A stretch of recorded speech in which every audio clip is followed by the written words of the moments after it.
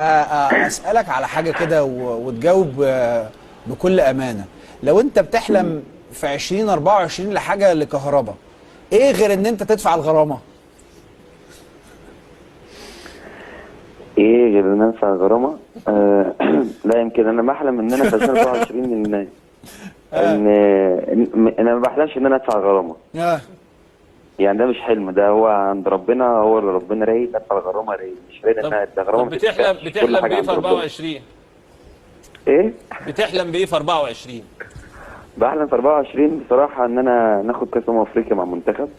يمكن نفسي اخد ماشي البطولات دي جدا. ماشي. يمكن طموحي واخد كل البطولات مع النادي الاهلي.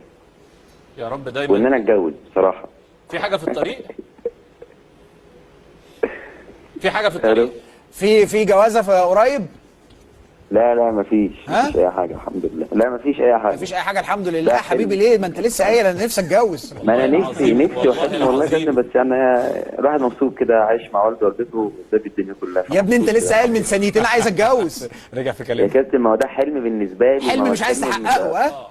ربنا اللي عامل ايه. طيب ده نصيب، طيب اعمل ايه ليه؟ ماشي خلاص. والله العظيم يا كهربا انت ما هترمي كده غير ما تكون بتبصيها لحد. سلام عليك يا والله غزال.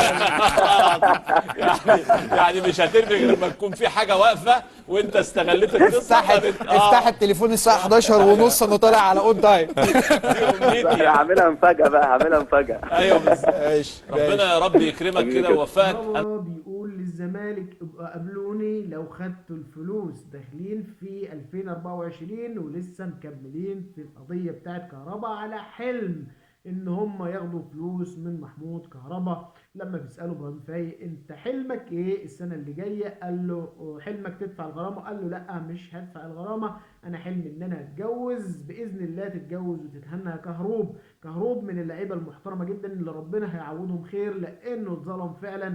وكمان يعني كهربا بيقدم مستويات طيبه جدا جدا مع النادي الاهلي ومع مستر كولر. كل التوفيق ليك يا كهربا، نجم من نجوم النادي الاهلي وابن من ابناء النادي الاهلي. ان شاء الله تكمل على كده وتاخد افضل لاعب في افريقيا السنه اللي جايه. محمود كهربا واحد من الهدافين، واحد من اللي يعني بيلعبوا بروح وقلب في النادي الاهلي.